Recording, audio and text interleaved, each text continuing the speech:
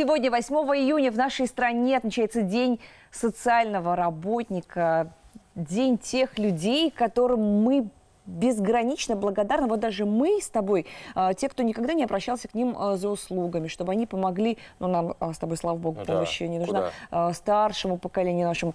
Но я настолько прониклась тем, что они делают. У меня мурашки по коже. И я счастлива, что есть такая профессия — социальный работник. Такая профессия людям помогать, да? Вот, это точно. Сегодня у нас в гостях директор Республиканского центра социального обслуживания населения Ольга Котельникова. Ольга Борисовна, доброе утро. Доброе утро. Ну, во-первых, вас с праздником. Спасибо. А во-вторых, просто в вашем лице хочется сказать огромное спасибо всем социальным работникам Республики Башкортостан. Вы супер. Спасибо. Я обязательно всем коллегам передам, и, пользуясь случаем, я, конечно же, поздравляю всех с нашим праздником, потому что это действительно праздник неравнодушных людей. 100%, Ольга Борисовна. Но так как мы хотим делиться максимальным количеством полезной информации с нашими зрителями, мы, несмотря на то, что праздник, праздничное настроение, будем говорить о тех программах, которые у вас вот только-только заработали, может быть, еще не пользуются такой большой популярностью. Начнем, например, с проекта «Система долговременного ухода». Да. Есть такой проект, который уже внедряется на всей территории нашей страны, во многих регионах. Это проект про людей в первую очередь. Это о том, чтобы о достоинстве человека, чтобы он себя чувствовал достойно, и чтобы мы смогли повышать его качество жизни.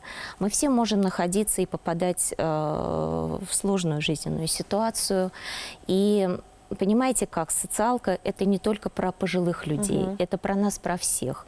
И любой человек может оказаться в той ситуации, в которой нам бы не хотелось, да? И система долговременного ухода – это непосредственно о повышении качества жизни, это о правильном уходе. О правильном уходе за лежачим человеком? За лежачим, за маломобильным, за пожилым человеком. То есть там полный комплекс мер. Под каждого составляется совершенно индивидуальная программа, потому что каждый человек и заболевание – это все индивидуально. И здесь получается так, что дается право выбора. Либо человек обслуживается на дому, и в этом ему помогают родственники, опять-таки в рамках системы долговременного ухода создаются школы ухода, когда родственников обучают, как правильно ухаживать за человеком, да, чтобы не было пролежней, чтобы, ну вот различные, не буду вдаваться в подробности. Также люди могут получать обслуживание, социальное обслуживание в полустационарах. К примеру, у нас сейчас открылся дневной отделение при геронтологическом центре Иминлект в Орджоникидзевском районе. И это позволяет и пожилым людям, и людям с ментальными заболеваниями, людям с ограниченными возможностями здоровья посещать этот центр, чтобы не находиться вот в этих четырех стенах, не быть запертыми дома, чтобы у них происходила социализация. Им очень хочется общаться, им очень хочется развиваться, им очень хочется получать профессию. Потому что в ковидные времена все просидели дома, и этого общения вообще не хватает. Это было одиночество, это вот было вот вообще страшно. И здесь, конечно, социальная работа – это в первую очередь такая мощная большая таблетка от одиночества людей, да, и помощь. Да, вот немножко мне непонятно вот просто со стороны. Это ваши люди приходят, сидят с больными, да? Или как это происходит? Или это какая-то другая помощь? Смотрите, здесь получается следующее. Сначала, вот, чтобы было понимание, сначала выявляется человек, которому необходимо социальное обслуживание. Затем мы признаем человека, да, нуждающимся, составляется индивидуальная программа, и затем либо сиделки, либо патронаж, либо родственники ухаживают, либо родственники определяют в дневной стационар с дневным пребыванием, то есть они могут выдохнуть, спокойно поехать на работу. Да. Есть квартиры сопровождаемого проживания для детей-инвалидов, где родители четко знают, что его ребенка научат готовить, самого себя обслуживать. Это тоже немаловажно, потому что родители не вечны, да, ребенок должен быть. Либо уже дальше бывает так, что человек совершенно одинокий, у него нет родственников. И тогда вот здесь мы говорим про приемные семьи для пожилых людей и для инвалидов.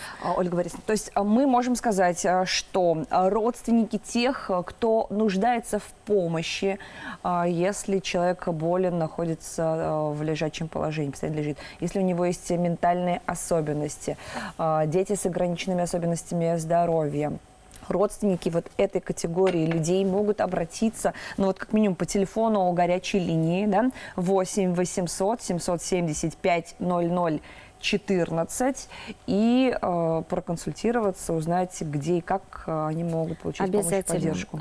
Плюс ко всему мамы детей там, или родители, да, инвалидов, они могут обратиться к нам за сертификатами на реабилитацию. То есть у каждого ребенка-инвалида есть право один раз в год получить реабилитацию. Порядка 42 тысяч рублей выделяется из бюджета. Телефон горячей линии прямо сейчас вы видите на экране вашего телевизора, но мы возвращаемся к тому, о чем вы начали говорить. Приемные семьи для старшего поколения.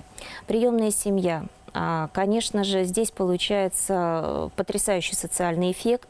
То есть человек не одинок, да, его забирают в семью, за ним ухаживают. Опять-таки, да, правильно, когда людей обучают, как правильно ухаживать за пожилым человеком. Но и семья, которая принимает этого пожилого человека, она получает ежемесячную выплату.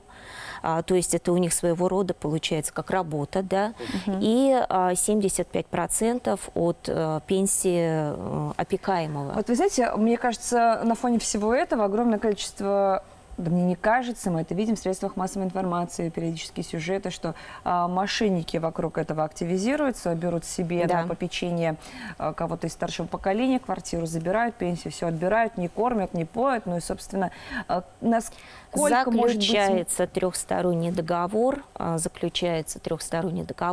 Но, во-первых, конечно же, мы сначала эту семью проверяем. Вот, да. Прежде чем мы туда определим пожилого человека, мы, конечно же, определяем. Нам помогает администрация районов в этом. Далее у нас заключается договор, и наши специалисты ежегодно выезжают в эту семью с психологом, с юристом, если это необходимо.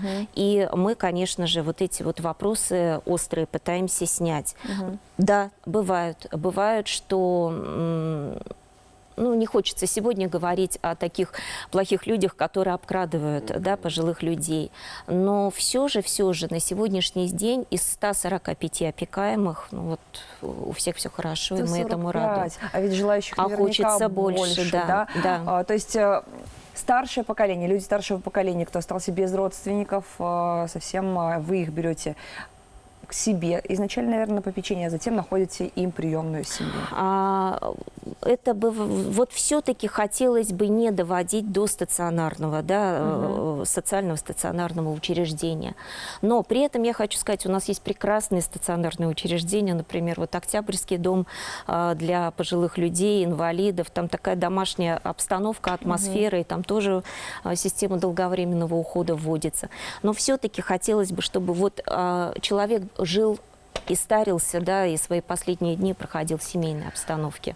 Ольга Борисовна Котельникова, директор Республиканского центра социального обслуживания населения. Если у вас есть вопросы, вы можете звонить по телефону горячей линии 8 800 775 00 14. Вас еще раз с праздником. Спасибо большое. Спасибо большое.